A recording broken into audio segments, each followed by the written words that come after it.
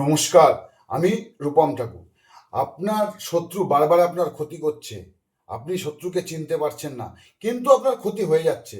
আপনার জ্ঞানে অজ্ঞানে ক্ষতি হয়ে যাচ্ছে। তাহলে সেই শত্রুর থেকে আপনি রেহাই কি করে পাবেন? সেই শত্রুর থেকে ছুটকারা কি করে পাবেন?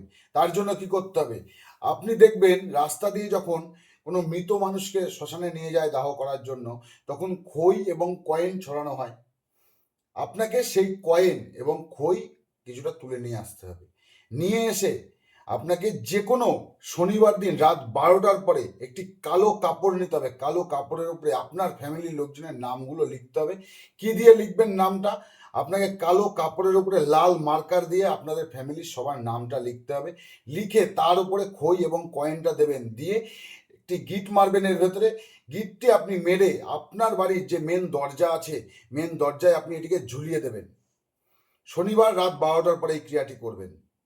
যদি আপনি করে ঝুলিয়ে দিতে পারেন, যে শত্রু আপনার ক্ষতি করতে আসবে তার ক্ষতি হয়ে যাবে।